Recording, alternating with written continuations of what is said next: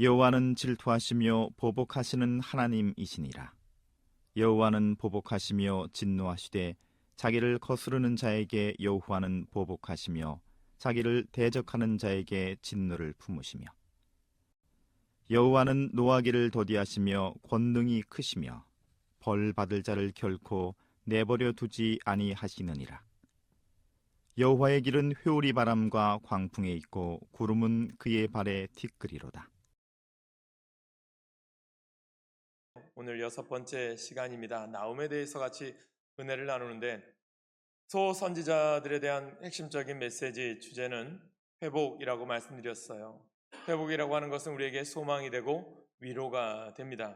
특별히 그런 생각을 해봅니다. 말씀을 준비하면서 하나님께서 우리들 가운데 주시고자 하는 뜻이 무엇일까? 아마 하나님 아버지의 마음을 우리가 알기를 원하시는 것 아닐까? 그런 생각을 해보았습니다. 그래서 하나님을 알아간다고 하는 것, 분명한 것은 하나님께서 오늘 우리 가운데 이 나홈 선지자를 통해서 주시는 메시지가 오늘 우리들에게 희망이 되고 또 우리들에게 소망이 되고 또 우리들 가운데 하나님이 주시는 그 위로의 말씀 되기를 원하는 그 마음, 하나님께서 분명히 우리들에게 깨닫게 하시고자 싶은 그 마음이 우리 가운데 있다라는 거죠. 그 하나님 마음을 알아가는, 그 마음 속에 축복이 있음을 깨달아가는 우리 모두가 되시기를 간절히 축원합니다. 그 마음으로 오늘 우리가 예배를 드립니다. 이 예배는 정말 중요한 거거든요. 왜냐하면 하나님 뜻을 깨닫고 그 뜻을 우리 삶 속에서 아름답게 실천하기 위한 귀한 원동력이 이 예배 가운데 있기 때문입니다. 오늘 말씀을 들어갑니다. 나홈에 대한 이야기입니다. 나홈의 이름의 뜻이 무엇이냐? 여러분들 지난주에 요나에 대한 말씀을 보았고요. 요나와 나홈, 이 시간적인 배경은 한 100년 정도가 차이가 있습니다. 그런데 두 사람 모두 다 요나나 나홈이나 한 나라, 아수르, 니느웨에 대해서 말씀을 선포하는 내용이 똑같습니다. 그렇다면 이 시간의 간극 속에서 하나님께서 오늘 이 니느웨를 통해서, 아수르를 통해서, 아니 오늘날 우리들이 살아가는 삶 가운데 깨닫게 하시고 싶은 하나님의 마음이 무엇일까? 이것 좀 우리들이 알았으면 좋겠습니다. 그래서 지난주 요나의 이름의 뜻이 무엇이죠? 무엇이라고 말씀드렸죠? 네, 기억 못하시죠? 네, 그럴 줄 알았습니다. 네. 비둘기라고 말씀드렸어요. 쉽게 얘기하면 비둘기처럼 날아서 어떤 나라, 자신의 고국인 그러한 이스라엘이 아니라 바로 이 니느웨를 향해서 아름다운 회개의 역사를 이루어갔던 요나다라고 보시면 되고요. 오늘 그렇다면 나홈이라고 하는 사람의 이름의 뜻은 무엇일까요? 바로 위로입니다. 위로. 그 이름의 의미가 있습니다. 보면 라라고 하는 것에는 하나님이라는 뜻이 담겨 있어요. 야자와 라자에, 또 엘자도 하나님의 이름을 뜻하고 있어서요. 모두가 다 이 선자의 이름에는 하나님이 전해주고 싶은 그 이름들이 다 숨겨져 있어요. 그래서 오늘은 나홈, 위로라고 하는 선지자, 이 사람을 통해서 오늘 우리가 어떤 말씀이 우리들 가운데 들어와야 되는가, 또 이 말씀이 오늘 우리 가운데 어떻게 새겨져야 되는가를 깨닫는 시간 되시기를 간절히 축복합니다. 이 나홈이라는 성경이 1장부터 3장 짧은 성경입니다. 이 말씀을 통해서 우리가 나눌 텐데 1장 1절에 보면 나홈은 어떤 사람인가 우리에게 이야기합니다. 보면 니느웨에 대한 경고, 곧 엘고스 사람 나홈의 묵시의 글이라 라고 되어 있습니다. 이 1절만 보아도요, 아, 나홈 선지자의 고향은 엘고스구나 라고 보시면 되고요. 그리고 묵시의 글이다 라고 하는 내용을 보면 아, 이 사람은 하나님으로부터 계시를 받고 하나님의 말씀을 그대로 선포했던 선지자구나 라고 보시면 됩니다. 요나는 자신의 삶에 대해서, 자신의 스토리를, 자신이 겪었던 일들에 대해서 이야기하면서 니느웨에 대한 회개를 강조했던 것을 보는 것처럼 오늘 나홈은 하나님께서 주신 말씀을 그대로 바로 니느웨에 선포하고 그 니느웨의 선포를 통해서 이스라엘 백성들이 깨닫게 되기를 원하는 그런 어떻게 보면 반면교사 같은 의미가 담겨져 있기 때문입니다. 그래서 보면 우리가 지난주의 말씀과 오늘의 말씀을 연결시켜서 보면 좋겠습니다. 요나가 니느웨에 대한 말씀을 선포하고요, 그들이 회개를 하는 것을 우리가 보았지 않습니까? 그리고 나서 오늘 니느웨에 대한 진노에 대해서 바로 오늘 나홈이 선포를 합니다. 요나가 선포한 그로부터 대략 한 100여 년이 지난 이후에 나홈 선자는 니느웨에 대한 멸망을 선포하거든요. 그것은 니느웨 백성들은 다시금 교만해져서 깊은 죄악 가운데 빠져들었다라는 거죠. 참 신앙이라고 하는 것이 오늘 내가 하나님 은혜 받았습니다, 구원받았습니다 라고 만족할 수 있어요. 그런데 우리들이 깨어있지 않으면 항상 믿음이라고 하는 것이 성화를 이루어가야 되거든요. 지난번에 말씀드린 것처럼 융은, 심리학자인 융은 개성화 과정이고 우리 감리교회는 성화다라고 말씀드린 것처럼 신앙의 생활은 날마다 성숙해져 가야 됩니다. 그런데 이상하게 이 니느웨 백성들은 처음에 정말 뜨겁게 보응을 경험하고 회개를 경험했던 그들이 1세기가 다 차지 못해서 다시 죄악과 악의 구렁텅이에 빠졌다라는 거죠. 저는 오늘 우리들의 신앙이요, 과거에 내가 이만큼 믿었습니다, 내가 옛날에 이만큼의 신앙생활을 했었고 하나님을 경험했습니다, 그거 분명 우리들이 귀한 경험이에요, 귀한 일입니다. 그러나 중요한 것은 오늘 내가 믿음의 삶을 어떻게 살아가느냐, 오늘 내가 하나님의 부름에 합당한 삶을 살아가고 있느냐가 매우 중요합니다. 이것을 오늘 니느웨를 통해서 우리에게 주는 교훈이에요. 그래서 오늘 여러분들이 과거의 삶, 하나님의 경험이 있다면 그 경험을 통해서 오늘도 믿음으로 더욱더 성숙해가고 성장해가는 신앙의 아름다운 삶을 이루어가는 복된 성도 되시기를 간절히 축복합니다. 그래서 보면 나훔서의 내용, 어디에 대한 내용이라고요? 니느웨, 아수르에 대한 내용입니다. 그래서 니느웨가 죄악으로 말미암아 멸망당하게 될 것이다 라고 하는 경고의 메시지입니다. 나훔 선지자가 예언의 대상으로 삼은 것은 두 가지예요. 보면 아수르의 수도인 니느웨와 그 왕입니다. 지도자가 회개하지 않았기 때문이에요. 그래서 보면 나훔 7장에도 보면 니느웨가 황폐하였도다 라고 이야기하고요. 또한 3장 18절에도 보면 아수르 왕이요, 내 목자가 자고 내 귀족은 누워 쉬며 내 백성은 산들에 흩어지나 그들을 모을 사람이 없도다 라고 이야기합니다. 아수르의 수도인 니느웨가 망하고 왕도 망할 것이라는 두 가지를 의미하고 있어요. 하나님의 공의로운 심판이 너희들 가운데 임할 텐데 왜 회개하지 않느냐, 왕은 왕으로서 역할을 감당하지 않고 백성들이 다 흩어져 있는데 너희들 왜 이런 삶을 살아가느냐, 회개하라라고 하는 메시지예요. 그런데 나훔의 말씀을 듣고 이들이 회개했나요? 회개하지 않았습니다. 우리가 아는 것처럼 역사에 보면 BC 612년경에 바벨론에 의해서 아수르 바로 이 니느웨는 철저하게 멸망되어져서 지도상에서 사라집니다. 이 역사를 통해서 우리들에게 많은 교훈을 주는 내용이 있다는 거죠. 어떻게 보면 우리들에게 있어서 나훔이라고 하는 이름의 뜻이 위로라고 하는 의미는 뭐냐면 아수르는 나라가 타락하고 어떻게 보면 이스라엘을 끊임없이 괴롭혔어요. 처음에 요나가 회개했지만 그 이후에 북이스라엘이 아수르에서 멸망당했고요. 그 다음에 남유다마저도 정복하려고 남유다를 쳐들어옵니다. 이때가 어느 시기냐, 우리가 잘 아는 히스기야 왕 시대였습니다. 바로 그때 왕이 누구냐, 우리가 잘 아는 것처럼 사네립입니다. 사네립이 이 남유다의 여러 성읍들을 정복하고요, 예루살렘을 에워쌉니다. 이제 정복이 눈앞에 있는 것처럼 보여요. 그런데 성경에 보면 이 아수르에 대해서 이미 경고한 내용들이 있거든요. 나훔 1장 11절에 보면 어떤 내용이냐면 여호와께 악을 꾀하는 한 사람이 너희 중에서 나와서 사악한 것을 권하는도다.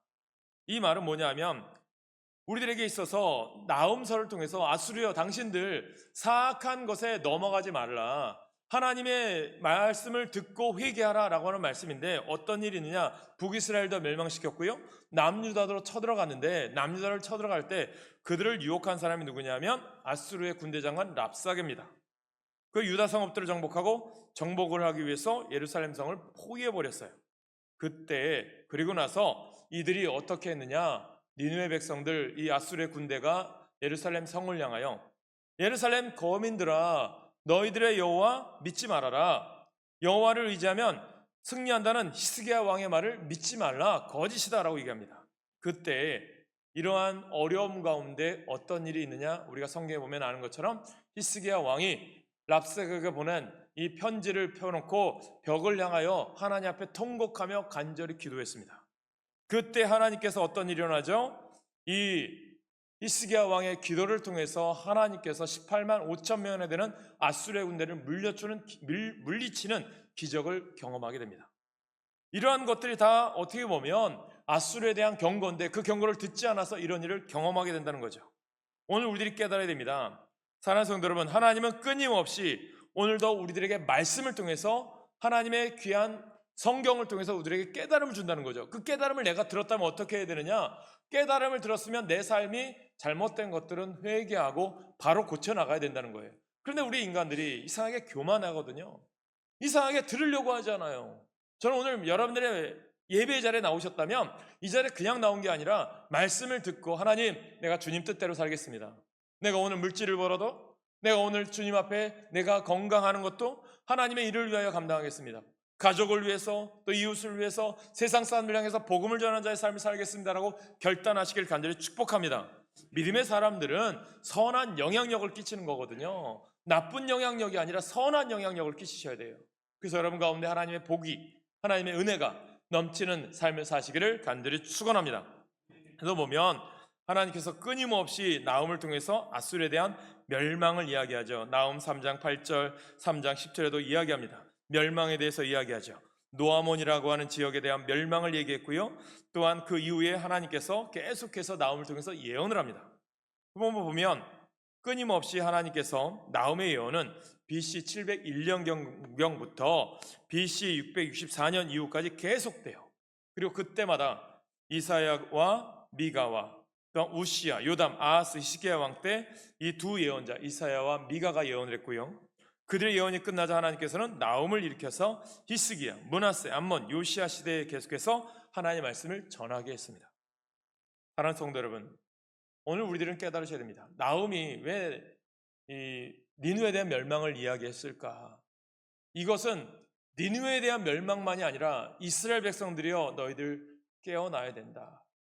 하나님을 믿고 회개해야 한 자라면 믿는 자답게 살아가야 구원이 임하는데 너희들 아수르의 멸망을 바라보면서 아수르가 처음엔 요나를 통해서 회개했지만 그 회개한 자에 대해 삶을 살지 않고 다시 악 속에 빠져버리면, 죄악 속에 빠져버리면 결론은 최후에는 무엇이 있느냐? 심판이 있다는 거예요. 그리고 하나님께서 주신 이스라엘 백성들은 뭐예요? 저 아수르의 강대함을 부러워하지 말고, 저 바벨론의 강대함도 부러워하지 말고, 애굽의 강대함도 부러워하지 말고, 세상의 부귀영화 부러워하지 말고 너희들 하나님의 거룩한 백성됨을 자랑스럽게 여겨라라는 거예요. 왜냐하면 그들 세상 사람들 믿지 않는 세상은 결론은 심판 때 멸망이지만 너희들은 그 심판 때 뭐가 돼요? 구원의 능력이 되지 않느냐. 그것을 갖고 너희들 지금 당하는 어려움과 고난 가운데 위로를 얻어라. 이것이 나오면 메시지거든요. 그래서 하나님께서는 끊임없이 시대마다 하나님의 말씀을 신실하게 증거하는 증인들을 세우세요. 한 시대에 유능한 설교자가 있었다가 그 사람이 사라지면 설교자가 없어질까요? 그렇지 않습니다. 하나님께서는 또 새로운 세대에 하나님의 놀라운 복음의 역사를 이루기 위해서 하나님의 사람들을 세우십니다. 저는 오늘 여러분들이 그러한 사명 감당하시길 간절히 축복합니다. 목사들도 그 사명을 감당하지만 오늘 하나님께서 여러분들을 부르셨잖아요. 하나님의 예수 그리스도의 능력의 이름으로 여러분들 구원하셨잖아요. 그렇다면 그 구원받은 자답게 살기를 주님은 끊임없이 원하셔서 말씀도 듣게 하시고 예배 자리에 나오게 하셨잖아요. 그 사명자로서 오늘 부르셨음을 깨닫고 그 부름의 일을 감당하기 위해서 오늘도 최선을 다할 때 하나님은 여러분 가운데 구원의 능력을 주실 줄로 믿습니다. 그래서 오늘 우리들이 나훔서를 보는데 중요한 메시지가 세 가지가 있어요. 나훔이 주는 메시지이기도 하고 오늘 우리들에게 깨닫게 해주시는 메시지예요. 첫째는 뭐냐 하면 책임이 있다는 거예요. 하나님 앞에 오늘 우리 모두는 책임이 있다는 거예요. 나라는 나라대로 책임이 있고요, 백성은 백성대로, 택함받은 자는 택함받은 자의 책임이 있다는 것입니다. 그 책임을 하나님께서 어느 때에 물으시느냐? 심판 때에 물으신다는 거예요. 이것을 깨달으시라는 거예요. 아수르는 하나님께서 택한 나라가 아니라 이방 국가였습니다. 그런데 하나님께서는 아수르라고 하는 이방 나라에 대해서도, 죄악에 대해서도 책임을 물으시는 하나님이세요.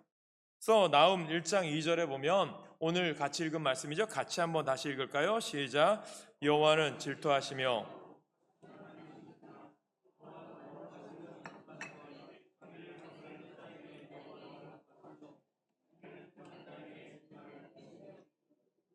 아멘.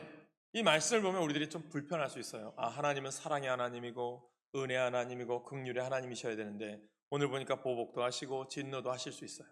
그 의미는 무엇이냐? 우리들에게 그러면 무서운 하나님을 가르치기 위함일까요? 아니거든요. 어떤 의미냐면 하나님의 믿음대로 살지 않는 영혼들은 끊임없이 심판대 앞에 선다는 거고요. 믿는 사람들은 하나님의 영광에 거한다는 희망의 메시지거든요. 그래서 하나님을 사랑의 이야기, 사랑의 하나님으로만 이야기해서는 안 된다는 것입니다. 하나님께서는 물론 사랑의 하나님이시지만 어떤 사람? 택한 사람만을 사랑하시는 하나님이에요. 택한 받은 백성은 뭐냐면 구원받은 자, 예수 그리스도를 나의 구주로 영접한 자를 사랑하시는 하나님이에요. 그리고 하나님께서는 자신을 대적하는 자에게는 진노를 품으시고 자기를 거스리시는 자에게는 보복하시는 분이시다. 아수르라고 하는 이방 국가가 하나님을 대적하고 죄를 많이 지었어요. 그 이방 나라인 아수르도 어떻게 되느냐? 결론은 멸망해요. 그럼 어떤 죄냐? 3장 1절에 이야기하고요. 3장 4절에 이야기해요. 어떤 죄입니까? 4가지 특징이 있어요. 첫째, 탐욕스럽고요. 둘째, 사자처럼 잔인하고요. 셋째, 간사한 거짓과 술책으로 나라들을 속이고 나라들과 맺은 조약도 어깁니다. 넷째, 귀신을 숭배하도록 현혹합니다. 마술로 백성들을 미혹하고 귀신을 숭배하도록 한 나라 아수르, 하나님은 심판하신다는 거죠. 하나님께서는 이런 아수르의 죄악에 대해서 책임을 물으시는 거예요. 오늘 하나님께서는 오늘 우리들 가운데도 부름받은 자에 합당한 삶을 살아가셔야 됩니다. 그래서 복을 누리셔야 되고요, 은혜 받으셔야 돼요. 하나님이 여러분 가운데 부르실 때 여러분들 하나님께서 어떻게 부르시느냐? 책임을 주셨어요. 달란트 주셨고요, 은혜도 주시고 사랑하셔서 예수 그리스도의 은혜로 구원받게 하셨어요. 독생자도 주셨잖아요. 그런데 그렇다면 그 구원받은 자답게 우리가 오늘 살아가야 되잖아요. 하나님이 주신 달란트를 어떻게 해야 돼요? 어리석은 자는 어떻게? 땅에 묻어두잖아요. 묻어두는 어리석은 자가 되지 말고 나에게 주어진 달란트를 어떻게? 주의 영광을 위하여. 에베소서에 보면 하나님 나라의 선한 일을 위하여 지음받았다고 이야기합니다. 저는 오늘 여러분들이 선한 일을 감당하는 세상의 복된 소식을 전하는 하나님의 참된 그리스도인답게 살아가는 여러분 되시길 간절히 축복합니다. 그렇게 되기 위해서 여러분들이 삶이 바뀌라는 거예요. 말 한마디 하더라도 남을 시기하고 질투하고 미워하지 말고 사랑의 언어를 하시고, 남에게 또한 내가 희생하더라도, 내가 조금 손해보더라도 또 열심히 믿음대로 살아간다면 그 손해보는 거 누가 채워주세요? 하나님께서 복 주실 줄로 믿습니다. 채우시는 하나님이시기 때문이에요. 그것을 믿으라는 거예요. 죄악의 악한 것 부러워하지 말아라.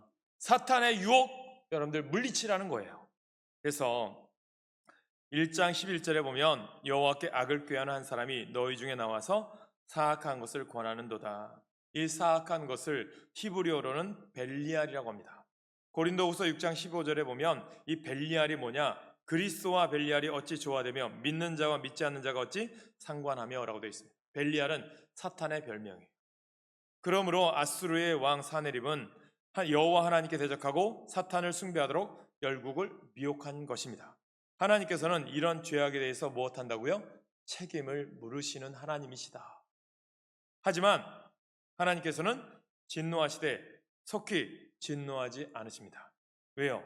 기다리시는 거예요.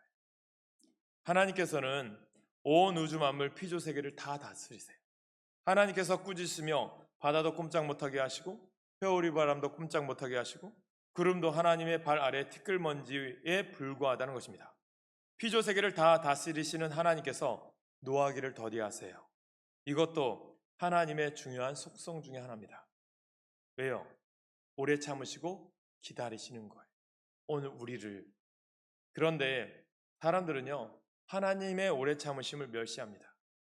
내가 죄를 지어도 대적하지 않고 그냥 두시는 것을 보니까 하나님이 계시지 않거나 나를 징벌할 능력이 없는 것 아니냐고 하나님을 멸시하는 겁니다. 로마서 2장 4절에 보면 우리들에게 주는 교훈이 있거든요. 같이 읽겠습니다. 같이 읽겠습니다. 시작. 혹 내가 하나님의 인자하심이 너를 인도하여 회개하게 하심을 알지 못하며 그의 인자하심과 용납하심과 길이 참으심이 풍성함을 멸시하느냐. 이런 어리석음이 있다는 거죠. 하나님께서 힘이 없어서 사람이 죄를 지을 때 바로 심판하지 않으시는 것이 아닙니다. 하나님께서는 사람들이 회개하고 죄로부터 돌이킬 수 있는 기회를 주시기 위해서 길이 참으시는 거죠. 하나님은 기다리시는 분이에요. 하나님의 사랑과 깊이와 넓이와 높이가 크기만큼 범죄한 인간이 돌아오기를, 하나님과 예수님을 부인했던 사람들이 돌아오기를 기다려주시는 분이 하나님이십니다. 그렇지만 하나님이 정하신 그 시기가 되면 돌아오지 않을 경우 결국 하나님은 정의와 공의의 하나님께서 인간을 심판하실 수밖에 없다라는 것입니다. 사랑하는 성도 여러분, 하나님께서 기다림에 지쳐서 심판의 줄로 내 영혼을 측량하시기 전에 하나님께 돌아갑시다. 예수 그리스도를 마음속으로 영접하여 주 예수의 이름으로 살아가시기를 간절히 축복합니다. 오늘 깨달으셔야 됩니다. 어느 나라이든지 하나님은 책임을 묻으실 거예요. 나라와 민족도 마찬가지죠. 아수르라고 하는 나라도 하나님께서 오래도록 참으셨습니다.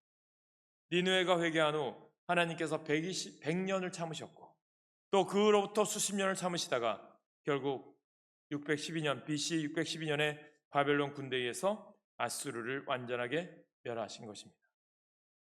사랑하는 성도 여러분, 오늘 우리는 깨달으셔야 됩니다.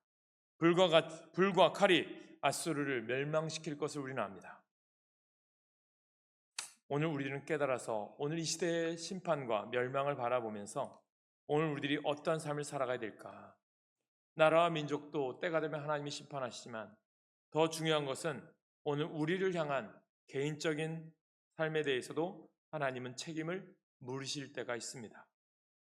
이것이 지금 자신과 무슨 상관이냐고 그렇게 생각할지 모르겠지만 하지만 우리도 상관이 있습니다. 나훔 1장 6절에 보면 우리에게 주는 교훈이 있어요. 어떤 교훈일까요? 나훔 1장 6절 시작. 누가 능히 그의 분노 앞에 서며 누가 능히 그의 진노를 감당하랴. 그의 진노가 불처럼 쏟아지니 그로 말미암아 바위들이 깨지는도다. 아멘. 하나님께서 진노하시니까 바위가 깨져요. 여러분 등산하다 보면 바위가 굴러내려올 때가 있어요. 좁은 조각들이. 그러면 깨져서 날아오는 바위를 피해야 합니까? 그냥 맞아야 됩니까? 피해야 할 것입니다. 그런데 성경에 보면 차라리 그 바위를 피하지 않고 맞아 죽겠다라고 하는 사람도 있다라는 거예요. 요한계시록 6장 16, 17절에 보면 산들과 바다에게 말하되 우리 위에 떨어진 보좌에 앉으신 이의 얼굴에서와 그 어린 양의 진노에서 우리를 가리라. 그들의 진노의 큰 날이 이르렀으니 누가 능히 서리오하더라. 하나님께서 우리에게 주는 교훈이죠. 예수님께서 재림하실 때 악인들은 어떻게 합니까? 차라리 바위에 떨어져서 죽는 것이 하나님의 진노를 당하는 것보다 낫겠다라고 말하는 거예요. 어리석은 거죠. 이것이 나훔 1장 6절에 대한 내용이에요. 하나님께서는 나라의 죄악들에 대해서 어느 시간이 되면 심판이 임한다는 거죠. 그러나 개인의 죄악에 대해서는 최후 심판 때 심판하시게 되는 거죠. 그러므로 우리의 최후 심판을 받는 대상이 되지 않도록 심판을 받는 것보다 차라리 바위에 깔려 죽는 것이 낫다는 것이 어리석은 인생으로 살아가는 것이 아니라 우리가 최후 심판을 받지 않으려면 무엇이 필요하느냐? 우리들이 주님 안에서 회개하고 예수 그리스도를 구주로 믿어서 심판에서 면제되는 것을 우리는 깨달으시라는 거예요. 이것이 깨달아야 됩니다. 구원의 십자가의 능력이 오늘 우리 가운데 있어야 된다는 거예요. 세상 사람들은 십자가가 미련한 것이라고 이야기합니다. 그러나 우리에게는 구원의 능력이 됩니다. 바울의 고백이잖아요. 오늘 여러분들이 십자가의 능력으로 사시길 간절히 축복합니다. 하나님은 여러분을 택하셨다니까요. 부르셨어요. 그 부름에 합당한 삶을 살기 위해서 날마다 전진하셔야 된다는 거예요. 어리석게 세상의 부귀 영화를 쫓아 사는 인생이 아니라 유한한 거예요. 언젠가는 심판대 앞에 있는 거예요. 언젠가는 그것 때문에 우리가 멸망당할 거예요. 그런 어리석음이 아니라 하나님의 믿음으로 살고 소망으로 살고 능력으로 살아서 그 가운데 하나님이 주시는 복을 받아야 된다는 거예요. 그리고 그 받은 복을 어떻게 해야 되느냐? 선용하라는 거예요. 세상 사람들 향해서 베풀거나 하나님 나라를 위해서 선을 행하거나 하나님의 일을 감당할 때 그 선한 영향력이 끼쳐서 무엇을 거두어요? 뿌린 대로 거두어 30배, 60배, 100배의 결실을 거두게 하시는 하나님이심을 믿습니다. 그런 사랑을 주님 어떻게 해요? 냉수 한 그릇 약한 자에게 베푼 것도 소자에게 냉수 한 그릇 대접한 것도 주님은 무엇한다고요? 기억하시는 하나님이에요. 여러분 오늘 믿음으로 사는 것, 하나님 앞에 믿음으로 때로는 희생하고 헌신하는 것 누가 기억해요? 하나님이 기억하실 줄 믿습니다. 두 번째 나훔의 메시지는 뭐냐면 하나님께서는요 악인들은 심판하세요. 그러나 하나님께서는 우리의 위로자가 되어주셔서 우리를 구원하신다는 거예요. 1장 7절 같이 읽습니다. 시작. 여호와는 선하시며 환난 날의 산성이시라. 그는 자기에게 피한한 자들을 아시느니라. 아멘.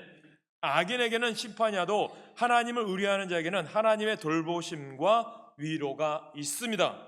그래서 히스기야가 죽을 위기에서 이 랍사게나 사내립이 예루살렘 성을 둘러싸고 있을 때에도 그가 세상 권세를 의지한 것이 아니라 여호와 하나님 앞에 간절히 부르짖고 기도했을 때 하나님의 놀라운 역사가 일어난 줄 믿으시길 간절히 축복합니다. 그래서 이 성경 말씀에 이 능력이 어디에 나와요? 열왕기하 18장 19절에, 이사야 10장 36장 37장에, 미가서에도 기록되어 있습니다. 역대하 32장도 기록되어 있어요. 오늘 나훔서의 메시지는 뭐냐? 하나님께서는 당신을 의뢰하는 사람들의 기도를 응답하시는 분이시라는 거예요. 이 시대가 아무리 악해요, 하나님을 대적하는 세력이 아무리 횡행해도 우리 성도에게는 뭐가 있어요? 기도의 능력이 있습니다. 히스기야 왕뿐만 아니라 여호와를 의뢰하는 모든 사람들에게는 기도가 승리의 원동력이 될 줄로 믿습니다. 기도하면 여호와 하나님께서 환난 날에 산성이 되어 주시고 피난처가 되어 주신다라고 성경은 끊임없이 우리에게 교훈합니다. 여러분, 지금 어려운 문제 있으세요? 때로는 풀리지 않는 게 있습니까? 때로는 어디 피할 자리 없는, 피난처도 없는 그런 곳 같습니까?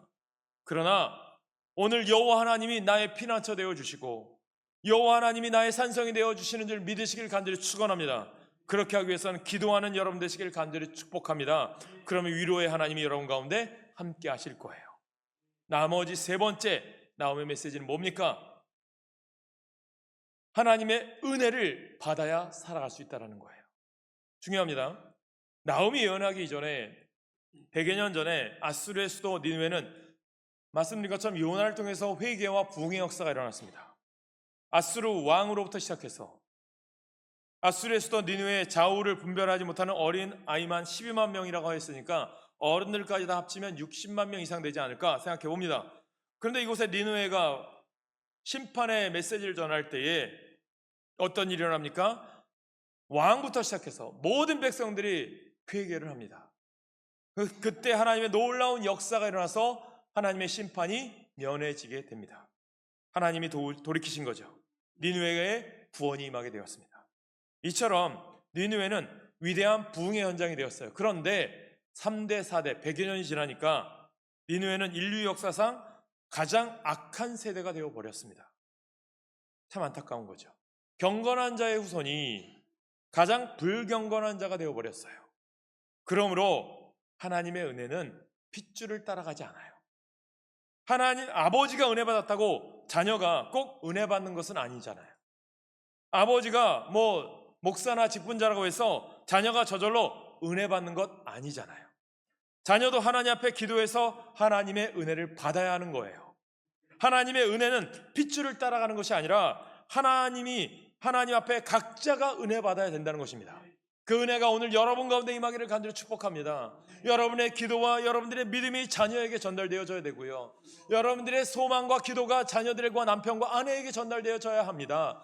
나 혼자 가족을 대표해서 예수 믿으면 답니까? 아니라는 거예요. 각자가 구원받아야 되지 않습니까? 오늘 여러분들이 깨닫게 되길 간절히 축복합니다. 저는 이런 생각해요. 우리 세대가 복받은 세대거든요. 여러분들 다 복받은 세대예요. 하나님의 은혜를 얼마나 받은 세대입니까? 성령의 은사가 무엇인지, 성령의 불 받는 것이 무엇인지, 하나님께 기도해서 응답받는 것이 무엇인지 잘 아는 우리는 하나님의 큰 은혜 받았어요. 정말 1970년대 이 땅에 복음이 들어와서 아이를 포대기에 얻고 나서 간절히 저 시멘트 바닥에서 기도했던 시대, 정말 기도라는 곳에 정말 마루바닥 같은 곳에서 무릎 꿇으면서 기도했던 그 시대에 우리가 정말 하나님의 은혜 받아서 정말 우리가 이렇게 풍요로운 삶 가운데 예배를 드리고 풍요로운 가운데 살아가요. 먹을 것이 없어서 굶주리는 것이 아니라 먹을 것이 남아돌 정도예요. 그런 이 세대 속에서 우리들이 복받은 세대잖아요. 얼마나 잘 살게 되었습니까? 그런데 다음 세대는 어떻습니까? 우리 젊은이들 어떻습니까? 후손들도 부흥의 시대를 경험하리라고 하는 보장이 정해져 있나요? 없어요. 오늘날 많은 젊은이들이 하나님을 등지고 있는 것이 현실입니다. 여러분, 선교사적으로 분석해보면 전에도 말씀드렸잖아요.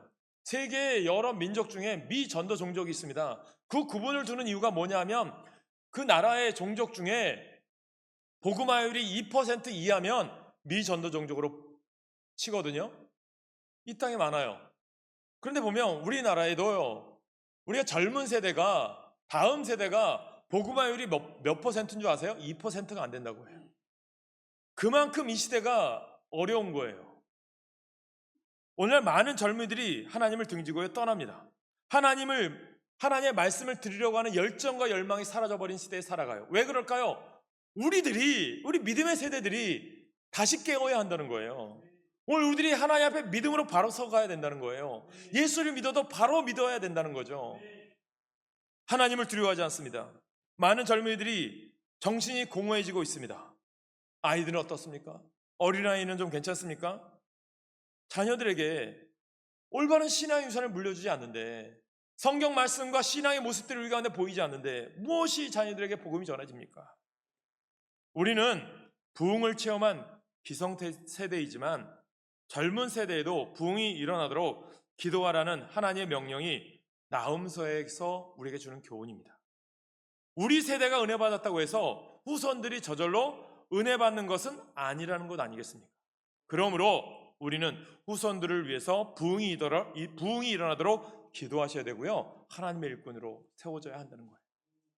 시편 145편 4절에 우리에게 주는 교훈이에요. 같이 읽습니다. 시작.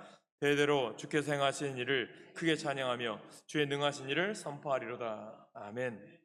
한 세대는 다른 세대에 하나님께서 행하신 일들을 증거해야 된다는 말씀입니다.